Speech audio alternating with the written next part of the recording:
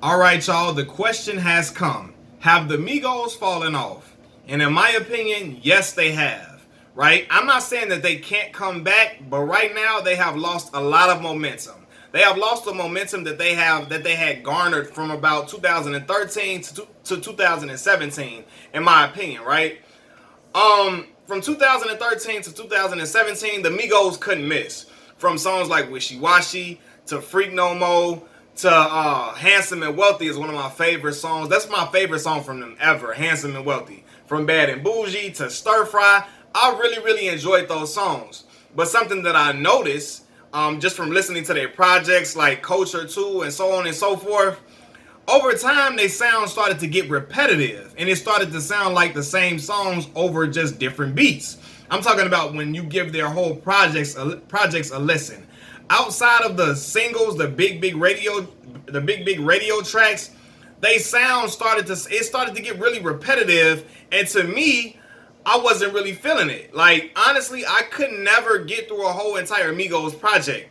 They were just a group that I could listen to in spurts. I wasn't the biggest Migos fan, but I really enjoyed certain songs from them, right? And I think a lot of people really enjoyed the big hits. And a lot of people like the projects too, but me personally, I could never get through the whole project because to me, it just started to get repetitive. Even the hook started to just be really, really repetitive. The Walk It Like I Talk It, for example. That's one of the laziest songs that I ever heard them make. And to me, if it wasn't for Drake, that song, you could throw that song out the window. Walk it like I talk it. Walk it like I talk it. The whole hook is just like that. And I'm like, man, there's not really no creativity in this. And to me, when you don't have any creativity, it's like a track is just gonna be dead and out the window. And they even started to, I mean, like my line brothers, I'm a member of Kappa Alpha Psi, I always tell y'all that. My line brothers love that Mama told me not to sell work 17.5 same color t-shirt. I hated that song. I don't know, it's like the hook was just super lazy to me, and it was like they got that bar from like who they get it from. I forgot who they got it from. Was it Shawty Low or one of them? They had that bar. Who did they get that from? But anyway, yeah, so that I feel like that was like it wasn't originality in that. I just really did not like the song for real.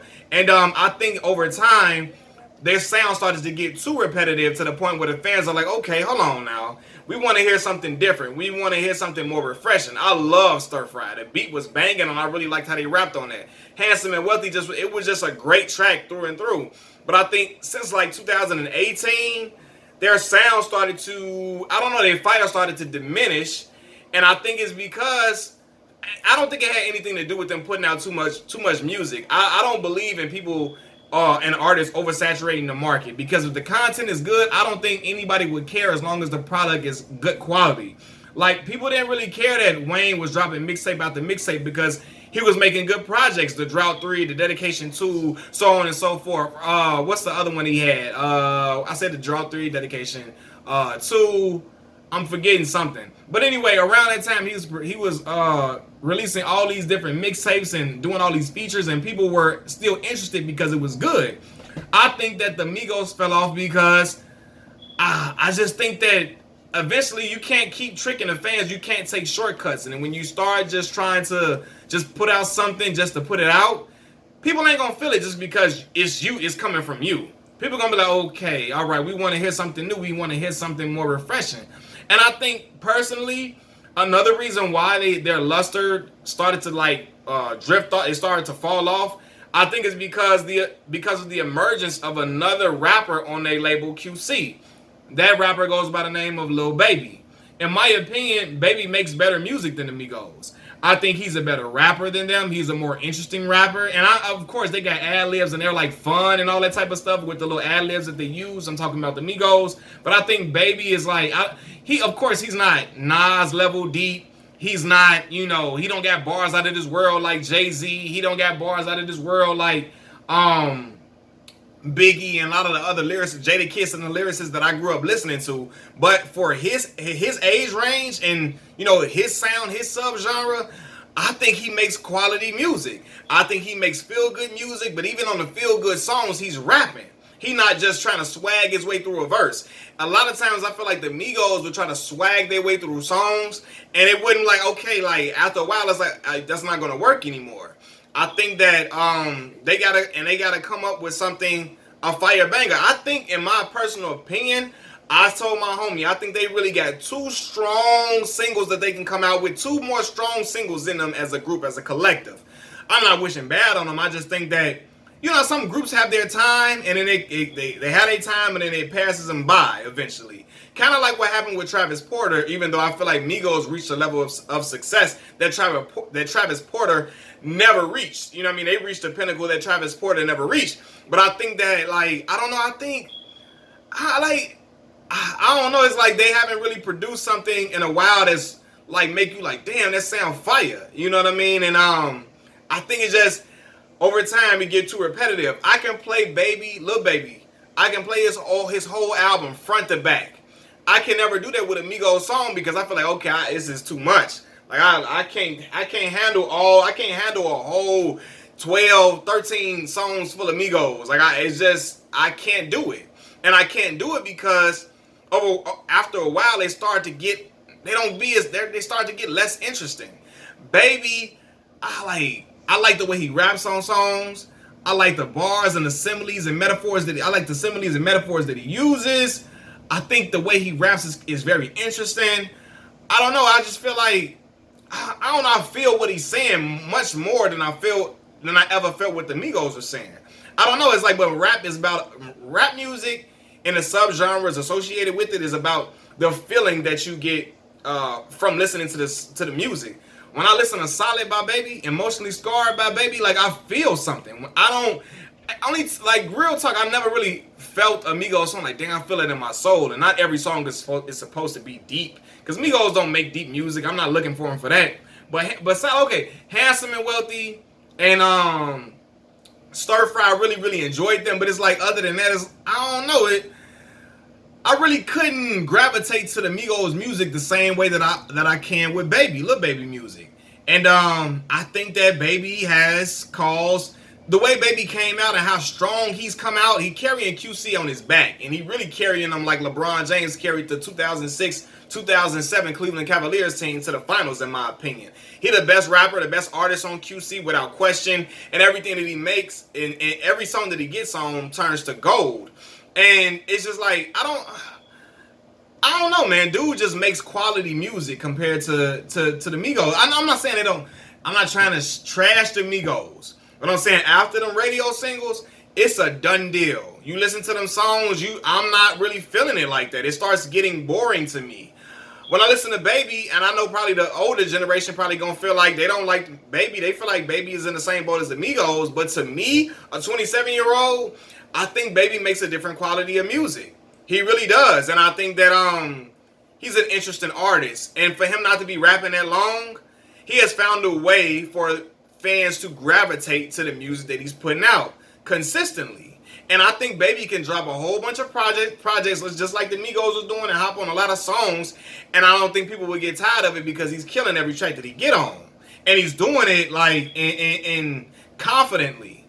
And it sounds good. Sonically, I'm like, man, this sounds great. Migos made some songs that sound good sonically, but after a while they just start getting lazy. Mama told me not to sell work, 17.5, same. I would be like, if Baby did that, I'd be like, oh, hell no. Walk it like I talk it, walk it, walk it.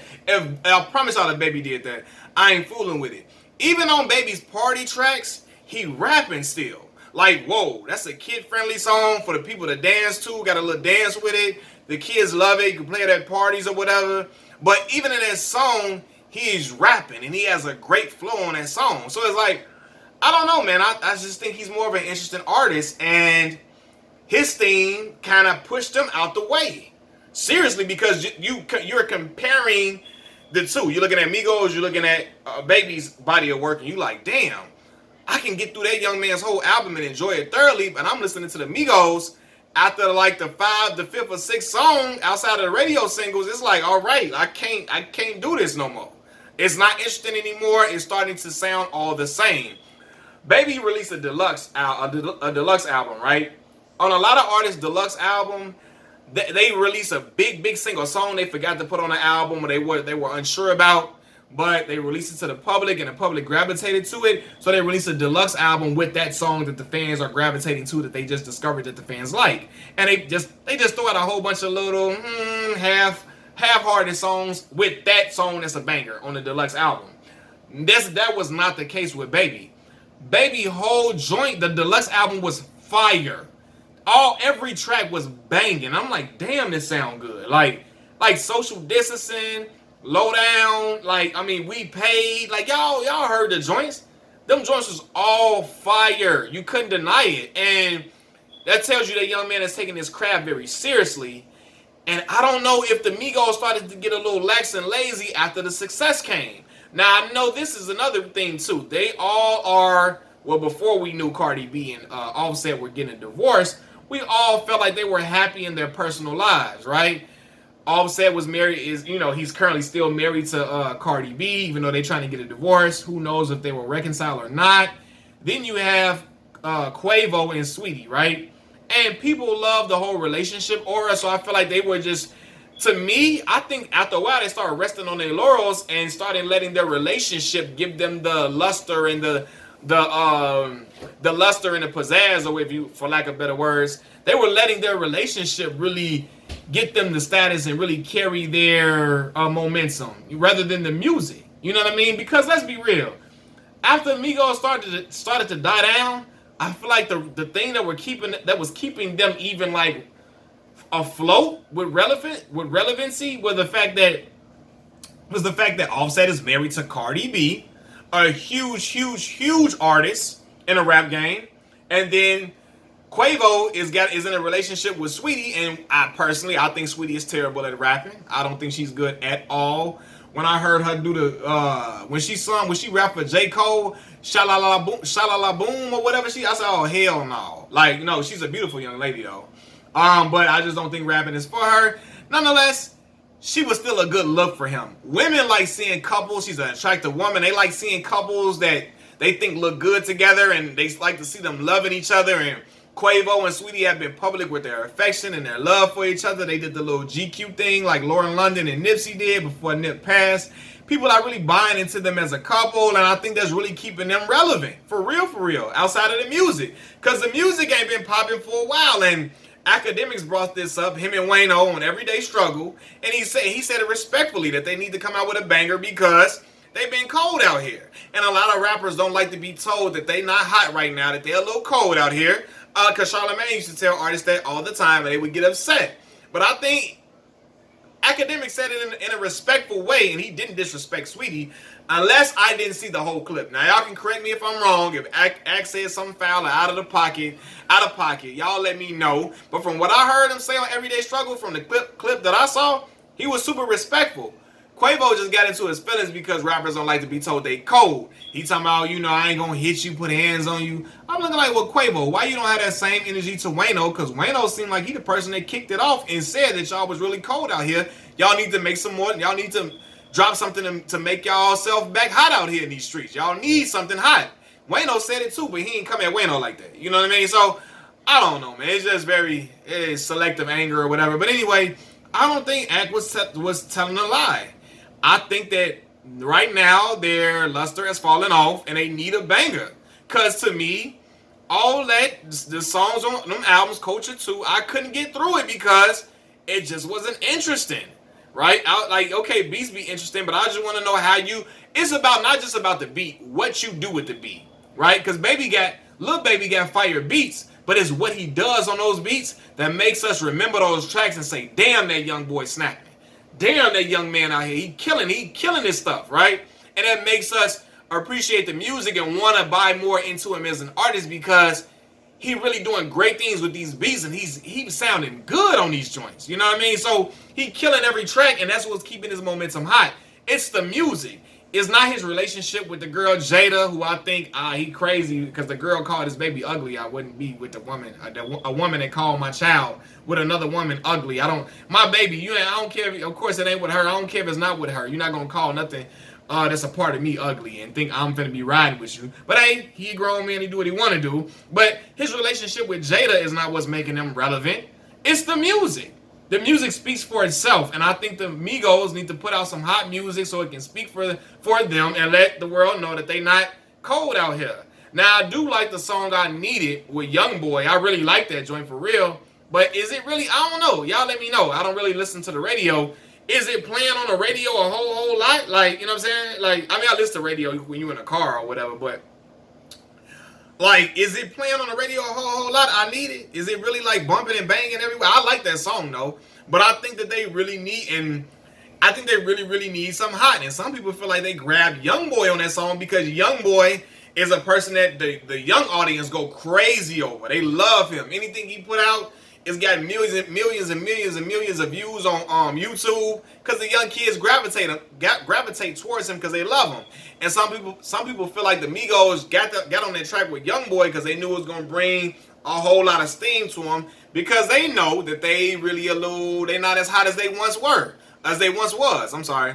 So I don't know, man. I think they have fallen off. Can they get back on? Yeah, it only take one track to get back popping, but I really think that the Migos got 2 strong hits left up in them, and I think eventually it's gonna die down. I'm not wishing that on them, but I don't know how long they run can go unless they start making better quality music to where it's not repetitive. I will say that.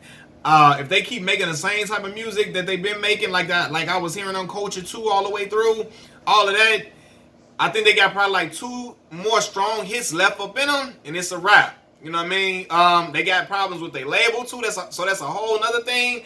But I think that young man, Lil Baby, then really pushed him out of the way a little bit because his music, you see the difference in the music that he makes compared to them. And the world is really feeling Lil Baby's music more, in my opinion. You know what I mean? So y'all let me know what y'all think. Machiavelli Mills TV. I didn't talk for too long. Peace.